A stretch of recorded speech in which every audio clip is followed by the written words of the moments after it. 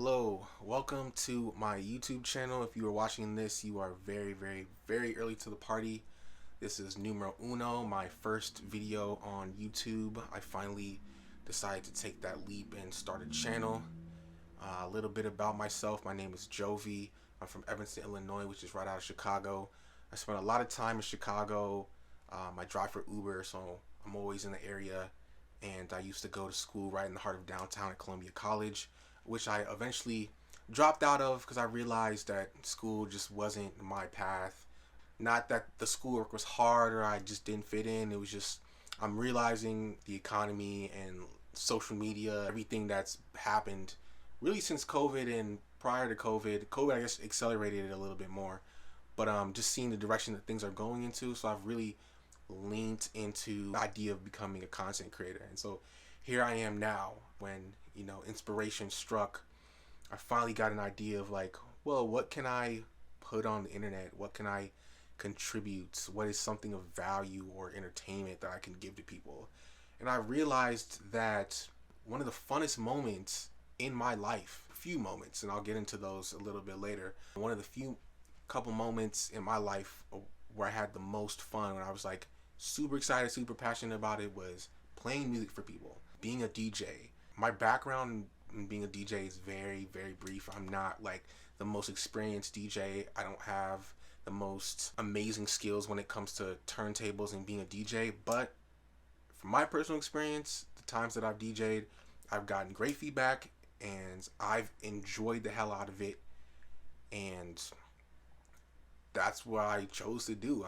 My YouTube channel is gonna be about my journey on learning how to become a better DJ, and then also kind of taking like a fan approach. I thought it'd be cool to, like, because I'm playing music all the time, music is something that I'm into and I spend a lot of time consuming.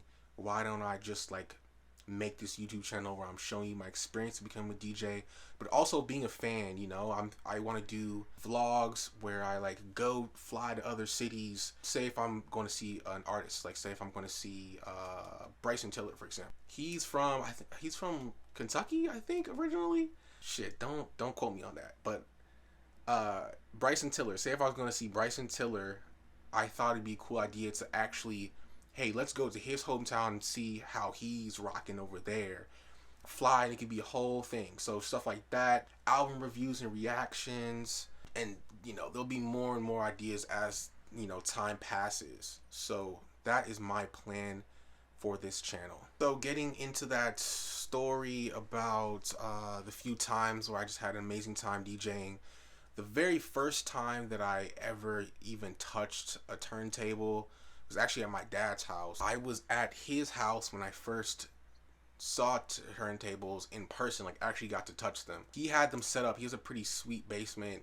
Him and my stepmom have a really great house and a beautiful basement that's pretty much like his man cave. He's Belizean, I'm half Belizean. My other half of my family's Jamaican. They put on those old records that you probably don't even know the name of when they entertain. So it was a party at my dad's house and he had the turntables. He wasn't necessarily, I don't know if I never asked him if he knows how to DJ, but he was playing the music through the turntables, through the Serato system. Serato is a program that you can use to DJ.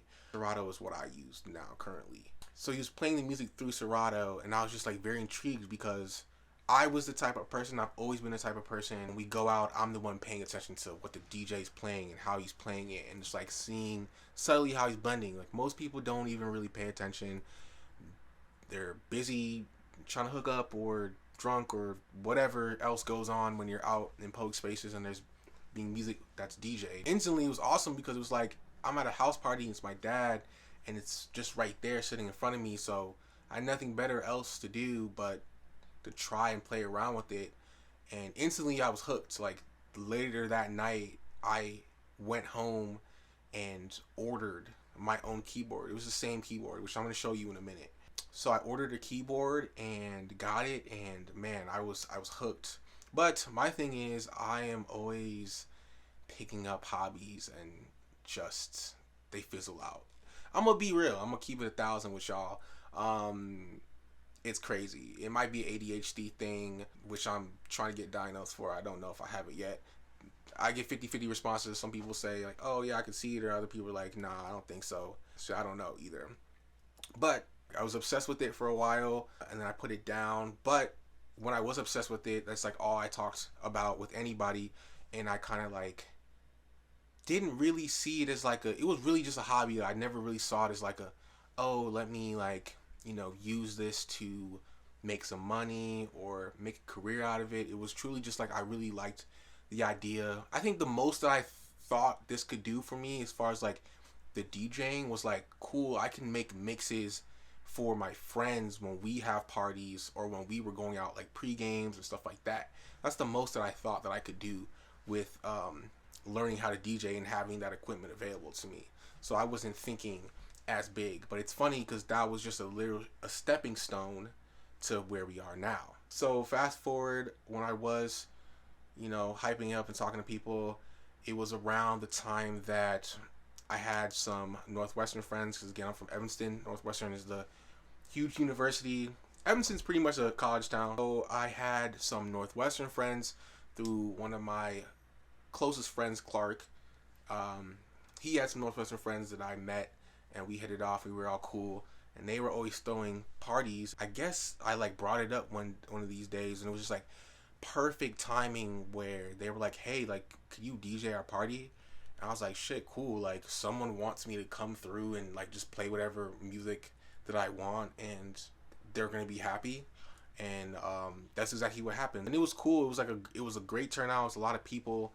The first time I did it, I was nervous because I was like, damn, like, I don't know what these people want to hear. So I was like, fuck it, I'm just gonna play, throwbacks, the songs that always everyone knows. The I guess the safe songs is what I was going for at the time. A lot of like, R&B bops and rap bops was like whatever was popular at the time, and then mixed in with a lot of throwbacks. The crowd was very receptive, and it was like they were hyping me up like I had been like DJing for years and that I knew exactly what I was doing. It was to the point where they started a tip jar for me, and people were like asking for me what my Venmo was, and I was like, wow, imposter syndrome is real right now, because I was like, I literally have never even played outside of my room before, and now you guys want to pay me for that shit. So I should have took that as a sign of like, oh shit, like maybe you're actually good at this shit, maybe you should pursue it, but here we are again. Just the universe working its magic. Couldn't have gotten here without being there. It was fun. And then the second time was when I was like, oh shit, man, this is lit. It was Northwestern's homecoming, and I was seeing this girl at the time, and we were doing a staycation. I got a text from my friend Aaron, who is friends with Clark, who goes to Northwestern, and he was saying, hey, I want to throw a party. Can you DJ tonight? I'm with this girl. We're at a staycation. We're just downtown Chicago. Staycation, downtown Chicago. Evanston's like a 40-minute drive from where we were at. And so I would start talking to the girl. I was like, hey, do you want to go to a party tonight? I want to be DJing. She had never even knew that I DJ'd. I never told her that I DJ'd. So I went and got my shit from home, and then we made our way to the party. And man, it was like literally one of the best nights of my life. Like, I felt like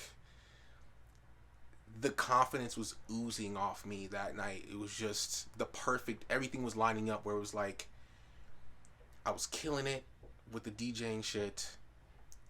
People were tipping me crazy amounts, yo. Imagine like going out and not expecting to get paid and just like, oh, I'm just, playing music at a party, just girls with me, or chilling, we're vibing, to leaving with $150 in tips. So I'm killing it. I made $150, and this girl who didn't even know I could DJ was like so impressed that I literally looked like that guy, that guy.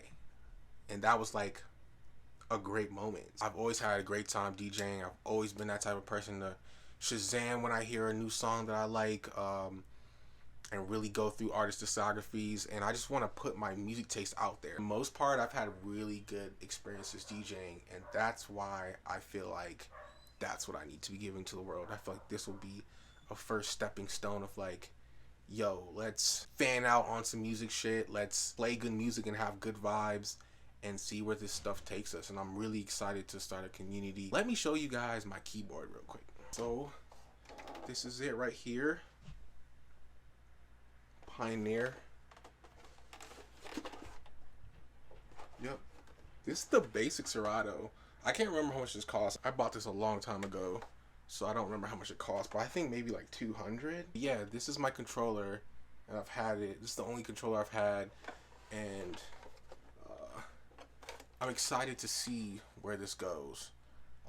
This is gonna be my best friend. It's gonna be in a lot of my videos until I upgrade to something else, which I don't know how often DJs should upgrade, but I also will take it into consideration of learning to play vinyl, which is, for people who don't know, the only difference between, this is not vinyl, this is like a digital one. So these turntables, you wouldn't actually put the record on there, it just loads up to this software, versus vinyl, you put the actual record on the decks and you actually, you know, mix them and whatnot. I'll make a video on that too. I'll make a video going more into depth with this if there's anyone out there that would also want to start learning to, you know, mix their songs and use Serato and use a DJ keyboard. But yeah, that is pretty much it.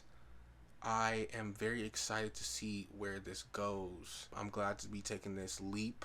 I think my music taste is all over the place, but I feel for this channel, I want to focus on the things that the music I really love to play, which is the R&B cuts, the dance cuts, the soulful cuts, a little bit of rap, a little bit of hip hop,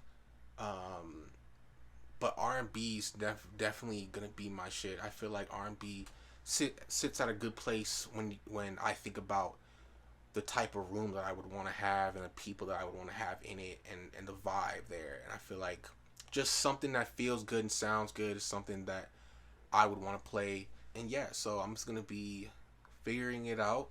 This is video number 1, as I said earlier.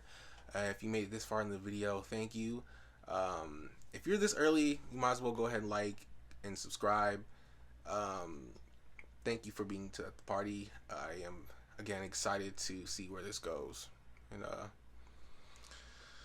till next time, this is Jovi. Be good.